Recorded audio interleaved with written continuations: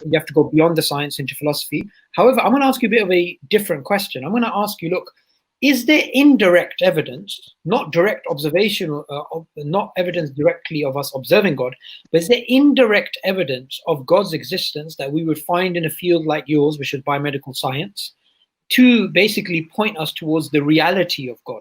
Is this something that you think is worth exploring when it comes to us evangelizing to atheists? Yeah, so look, if you just look at just science in general, in terms of even the human body, the complications and how complex it is. I remember showing you when I was studying. Actually, I remember showing you a map, and this is a very normal. I mean, look, the simple form is like, for example, something like the Calvin cycle, right? I don't know if you guys know about this, but you memorize something called the Calvin cycle in the first year of biochem, and it talks about the carbon fixation, the reduction phase, the carbon formation. It goes through the whole cycle, right? And this is something basic you have to memorize. But then by the end of your degree, you're looking at these biochem maps inside your body, and people have no idea that these exist. This is the map, yeah. That's a biochemical map of the functions and the cycles that happen inside your body. So if you're telling me that, could this be written on a paper if there was like an explosion and there was ink? Forget the actual function, but just having that written, it wouldn't be written on a paper, let alone existing inside our bodies. So of course there's so much. I mean, you look at simple things like how muscles move. People don't think, they think, yeah, you just move your muscle. The amount of reactions and the breakdown of ATP and ADP and triphosphate, and just to move your arm, right? From what angle or from where are you coming from that you say that, look, you know what, this is all just random, and we observe these kind of random things are happening in our life as well. Of course it points to ultimate design, just from some of the simple stuff that I've studied. But to add to that also, bro, you have to understand that, do you think in the villages you can go and tell them about science in Philippines? These people, do you think those people that they understand science and that's the only way for them to understand or come to a realization of their, their purpose of life or their existence? So of course not. That's a very narrow mindset if you're going to just limit it to science, just because it's worked in certain aspects for you. I mean, you're going to use science to make your little daughter understand why she shouldn't have done that. Or you're going to use compassion, or you're going to use wisdom, or you're going to use other things. So yeah, definitely, I think narrow approach to just use one angle. Yeah, I really like your practical approach, because what you're essentially saying is, let's look at it practically. You want to teach someone some morals, whether it's your child or somebody else. Are you going to give them a periodic table and point out right and wrong using the, a particular subatomic structure is, right, and this particular structure is wrong? I mean, no one does that. It doesn't make any sense. However, I do remember many years ago when you were studying and you were showing this picture, it was just like unbelievable, the design, the precision, the power, the thinking that a human would have to go through to put that together, let alone what a human like you has to go to in order to pass the degree, which is another matter, right?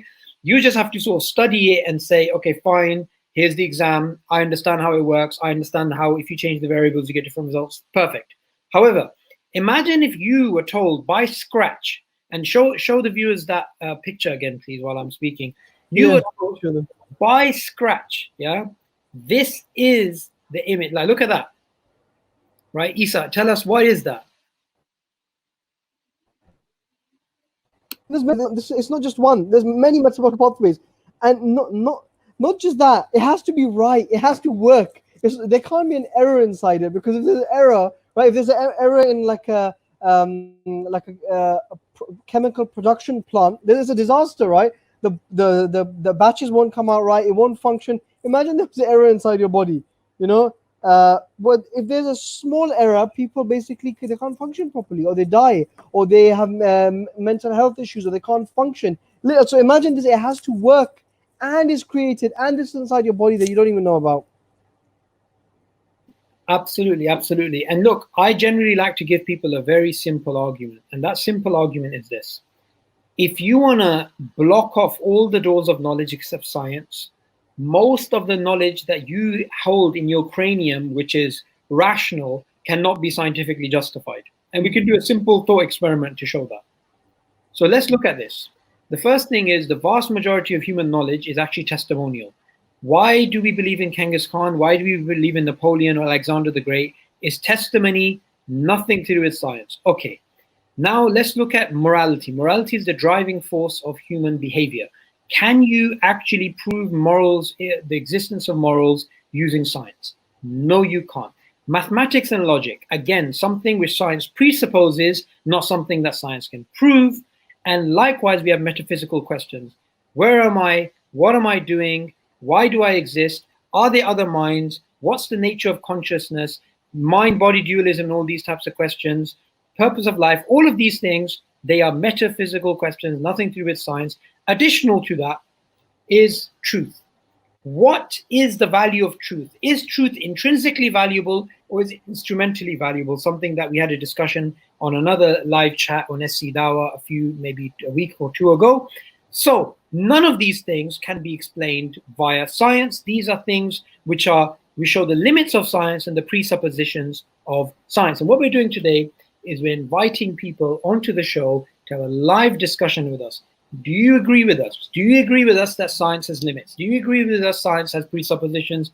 Do you agree with us science does not give you certainty? And do you agree that there are other routes of knowledge, and to reach God's existence, we can go through the fitrah, which is a natural innate disposition, or through spirituality, or through logic, or through philosophy, or through another means, introspection, or whatever.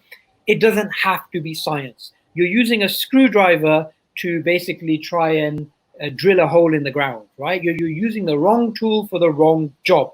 So if you start off with the wrong foot, you're not going to get to the right direction. You're not going to get to the right place you're trying to get to. Assalamu alaikum, brothers. How are you today? Jason, how are you doing? I'm very well, alhamdulillah. Actually, I called in because I want to say that I actually agree with you guys. Brother, I noticed that you had used the example of the chemical plant, which I happen to work at one, okay? Now, me personally, I believe that science is very limited because even out here where I work, the processes that everything has to go through takes a combination of so many different minds.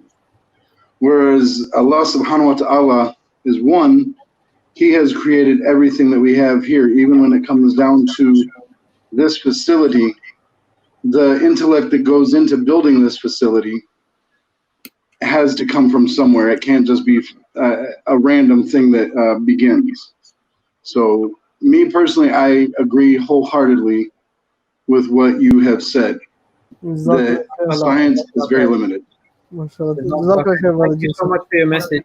And it's really nice example that you gave of a power plant. It's right in line with what Isa was, Isa, you have anything to say about that? Because he's absolutely spot on. No, it's very powerful. I mean, he's there, and we know. I mean, this is quite simple. You know, a lot of people, they get paid just to do planning for factories, because a factory, anything that has like a production line. Why I use that example is because even humans, humans are created, humans are in masses. So anytime you produce something on mass scale, how did that come into being? How did we manufacture it? And you look at these power plants. There's power plants that can't figure out how to run until they have the whole system in place. They pay people hundreds of thousands of pounds.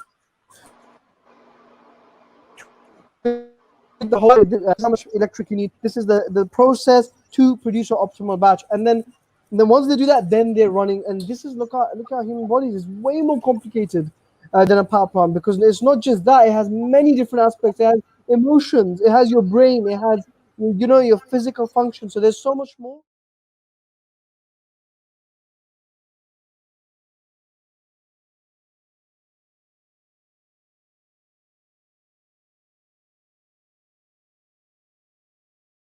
You do not stereotype the entire religion based on that.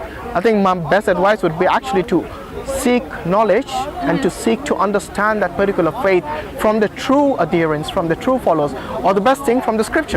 Even if there was less, it still would have been a problem. Out of those million, I would say few thousand would be wearing burqa. Yeah. Why was it not a problem then? What's the difference then? What's the difference? Why did God have to take the form of man if he didn't want to be a man? There's a copy, the brother's offering you. Oh, okay. There you go, English translation. What's your name? Wish you the best. Savi. Nice Savi talking to you. from Take care. Spain. My name is Mansoor. Mansoor. Mansoor. He looked up to heaven and he prayed. Exactly. Why does he pray to God when he's God? A power that needs to be worshipped or submitted to. That's what you believe.